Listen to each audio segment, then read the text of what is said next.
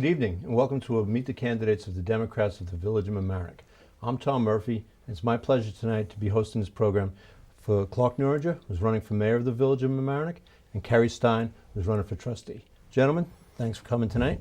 Thank you, Tom. Let's just drop right into issues. Clark, there's been a lot of talk in Mamaroneck, and there always is a lot of talk in Mamaroneck about development. There's a large project proposed for Hampshire Country Club. What do you see as the major issues there and the ramifications for the people of the Village of Mamaroneck? Well, that apparently is a highly controversial issue.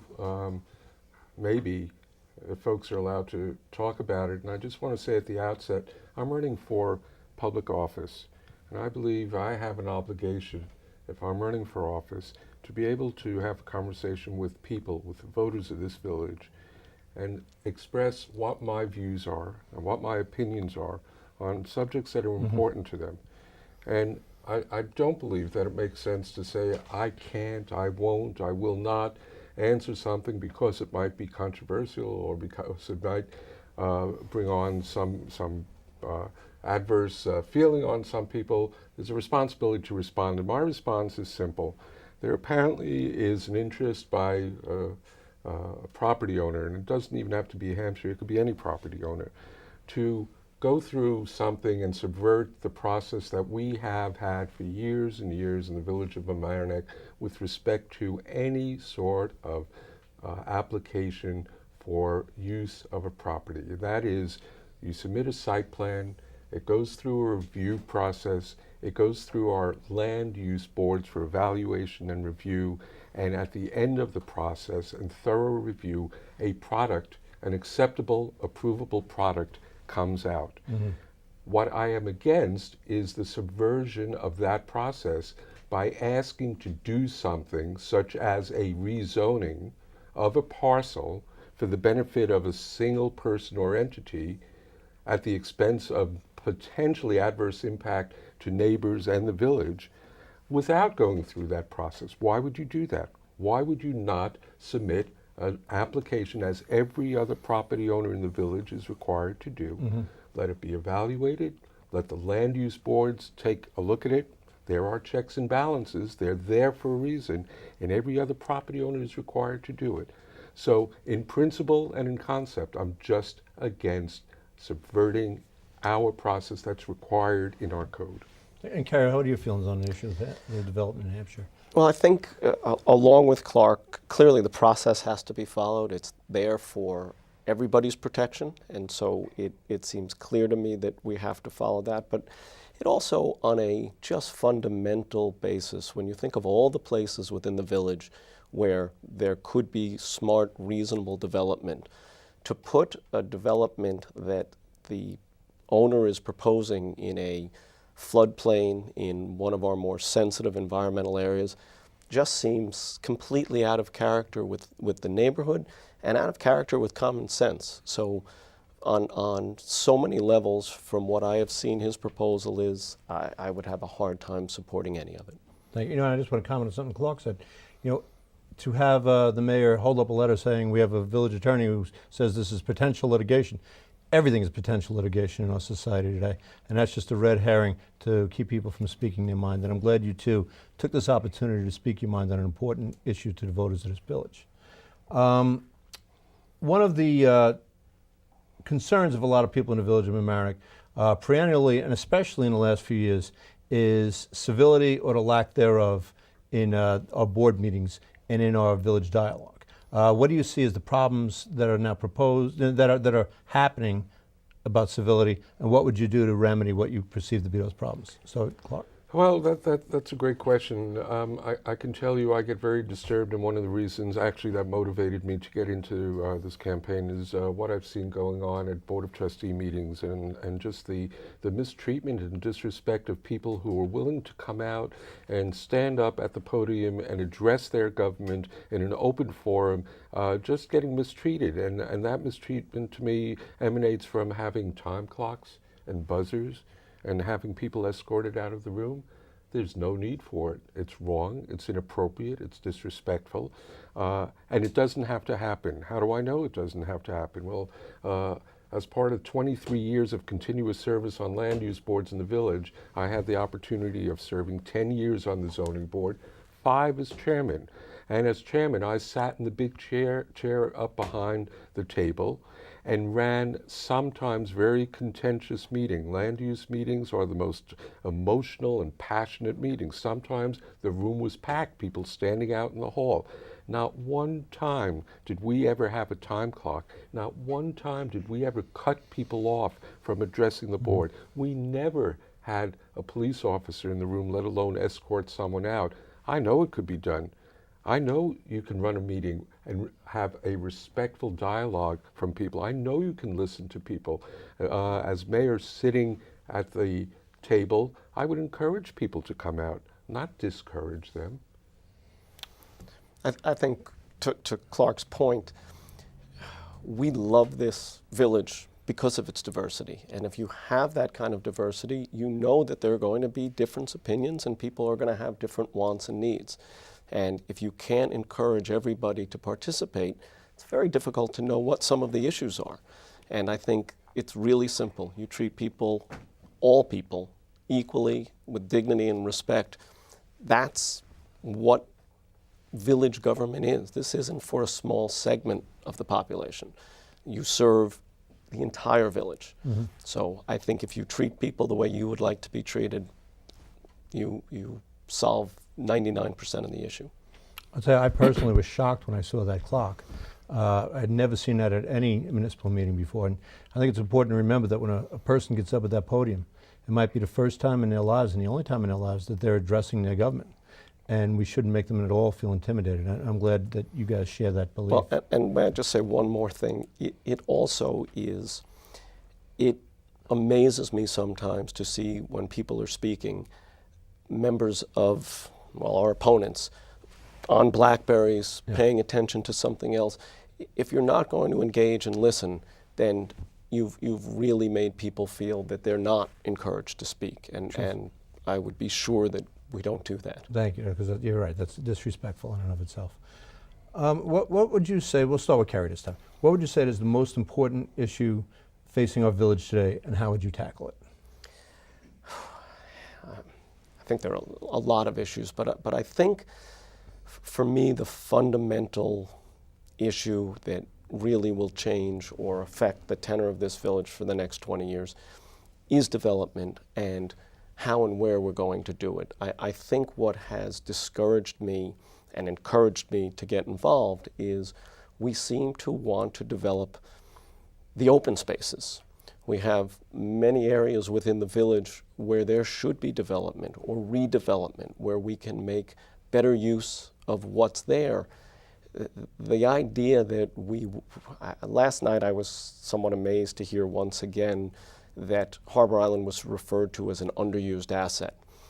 I just have a very hard time understanding what development you would put in there. If you go there on a Saturday or Sunday and you see the use it gets from firemen parades and the carnival and car shows and camping, it's not only not underutilized, it's one of our most valuable assets. We need to make sure it stays that way. Thank you. Clark, what's the top issue for you?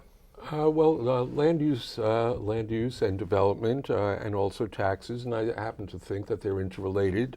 One feeds off the other.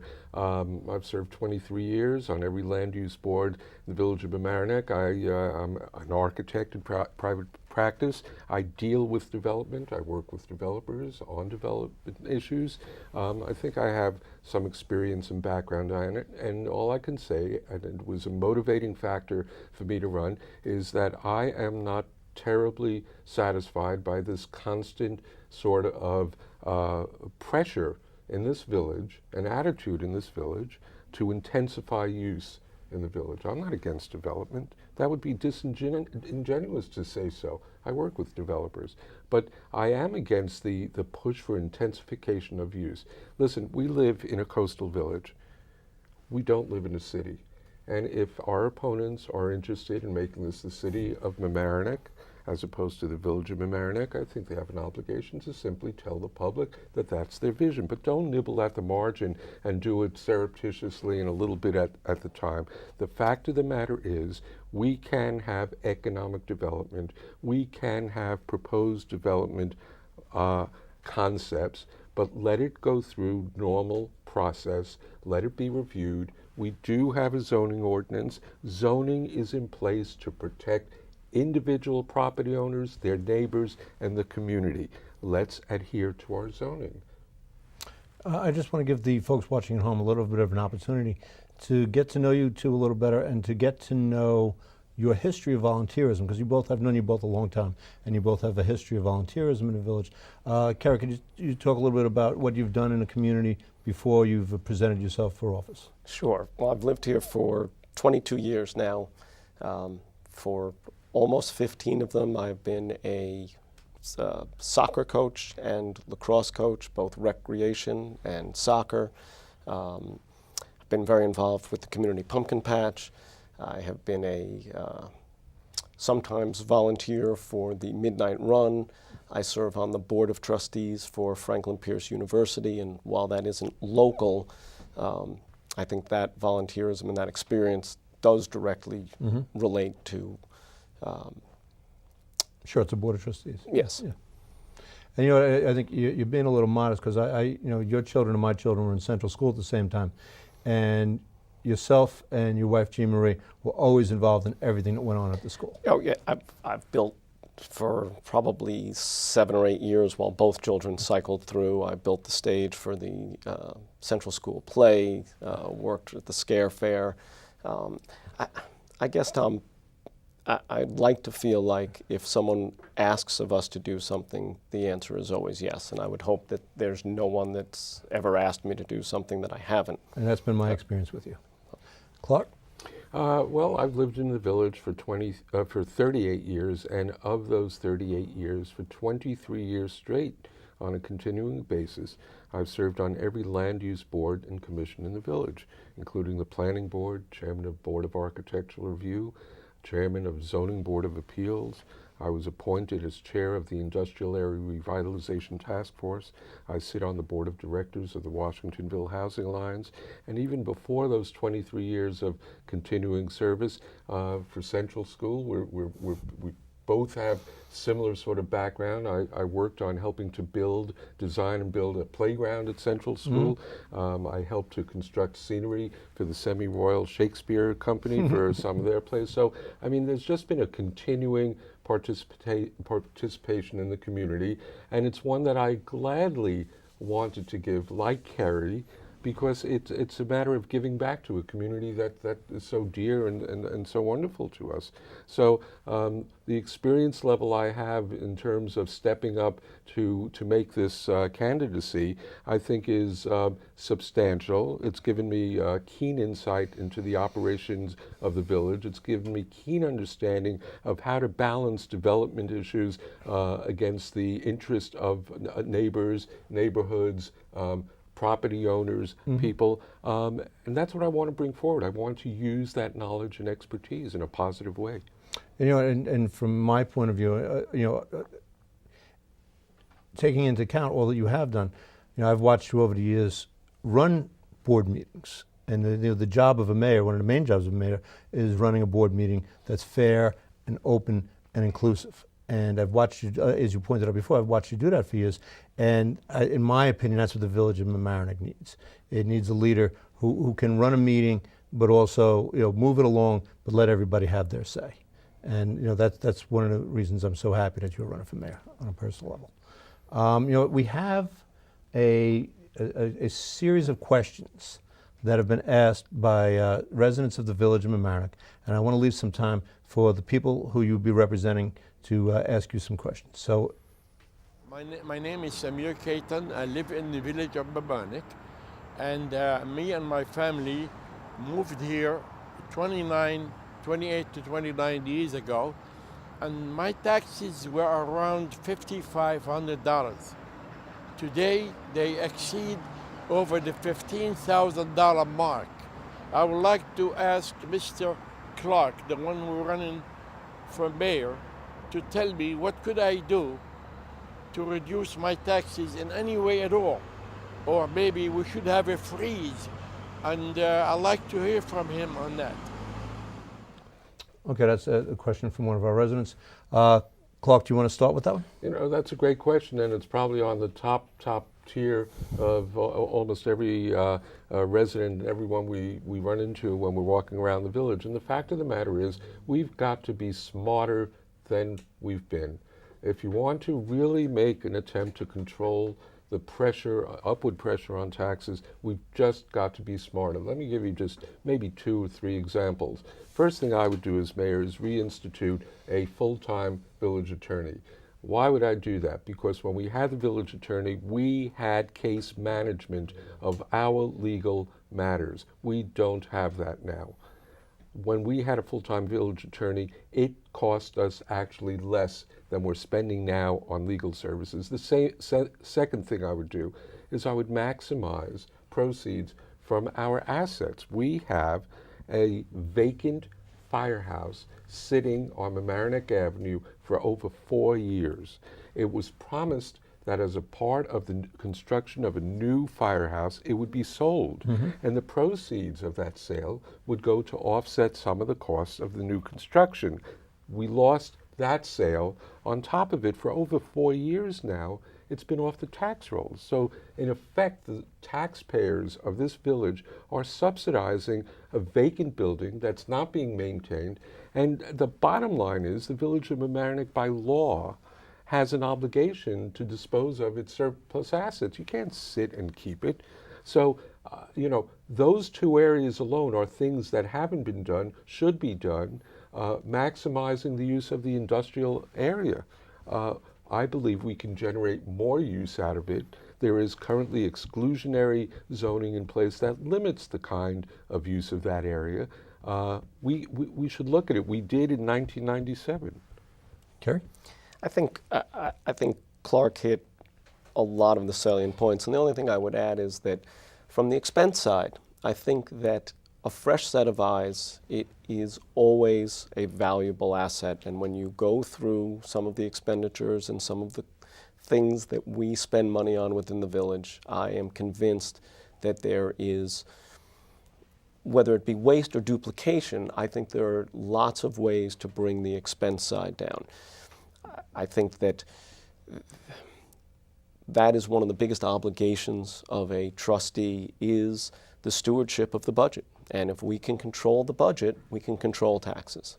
Great, thank you. We have another question from another village resident. My name is Allison Stabile. I live in the village of Mamaroneck. I'd like to ask this question. Over the last few months, I've read a lot of news stories about the poor water quality in our rivers, in the harbor, and in Long Island Sound. And yet, I've also heard the mayor say that the water quality has improved and that, in fact, our harbor is quite swimmable. This is a conflicting information, and I'm concerned about it. Can you tell me what your understanding of the situation is and what you would do to improve it?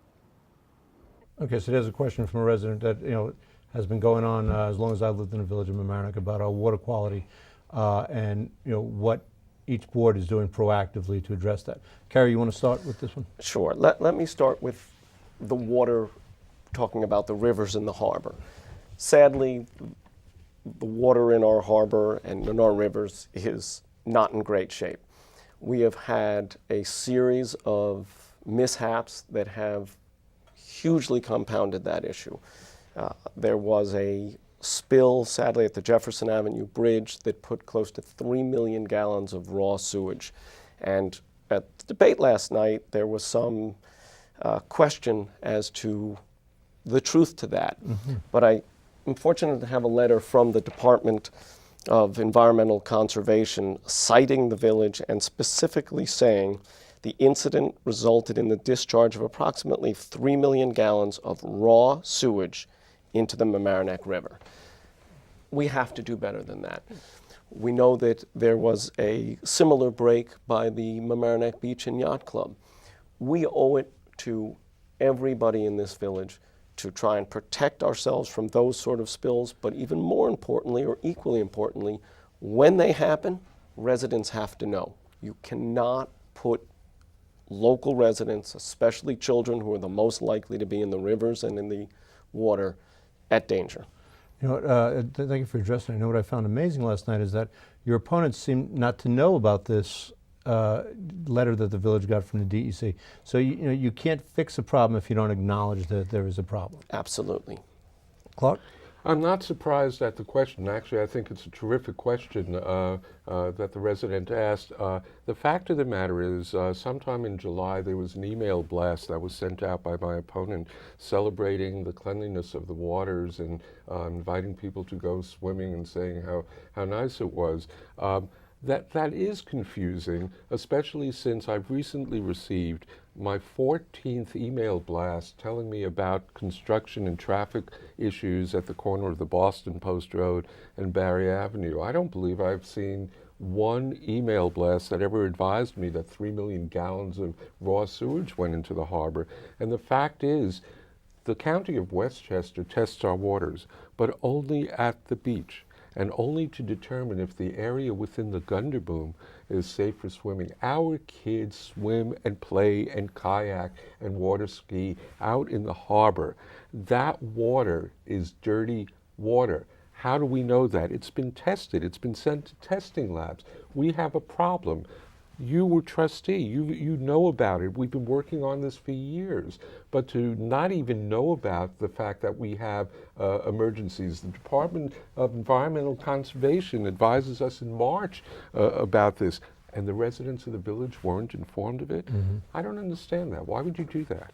No, it was perplexing to me too, to see the other side not acknowledged as a problem. You know, it's a problem that predates them, and it'll always be an issue in the village of Mamaroneck. But like I said before, you have to acknowledge there's a problem and keep continuously working upon it.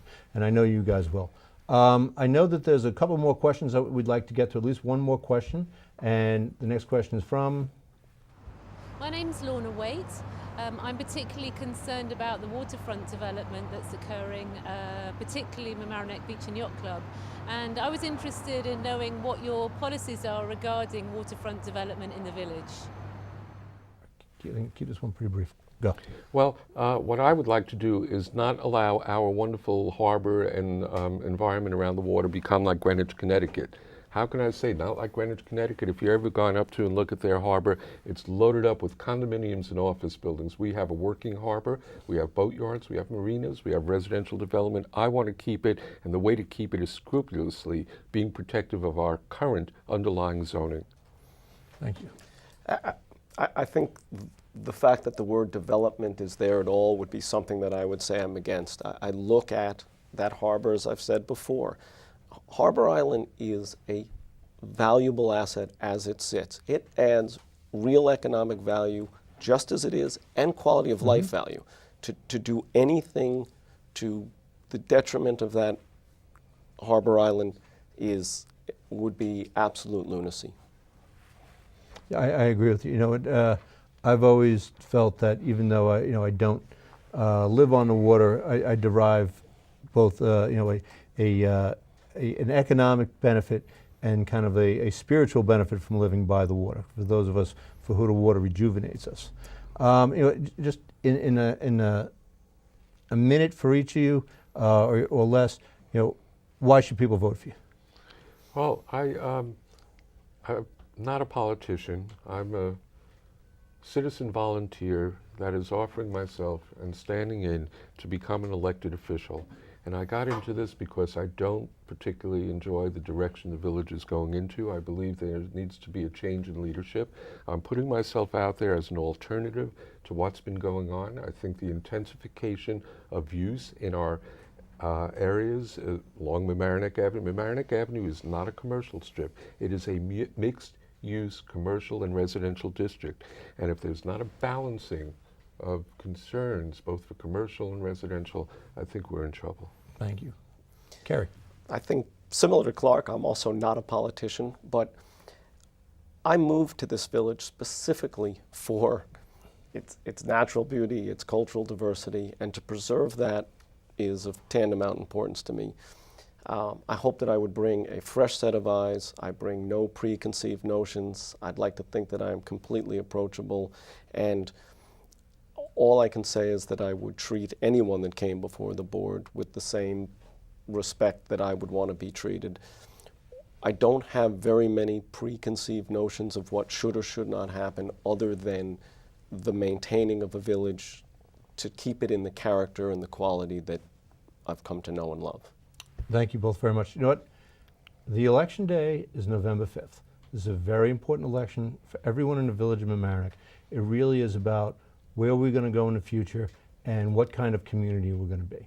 I urge you to please come out and vote for Clark and Kerry, two of the most talented and intelligent men who have probably ever run for office in the village of Mamaroneck, exclusive of, I don't know. But please come out and vote on November 5th, and we need your support. Thank you very much. Thank you, Thank you, Tom. Tom. Thanks very much. Good job, guys.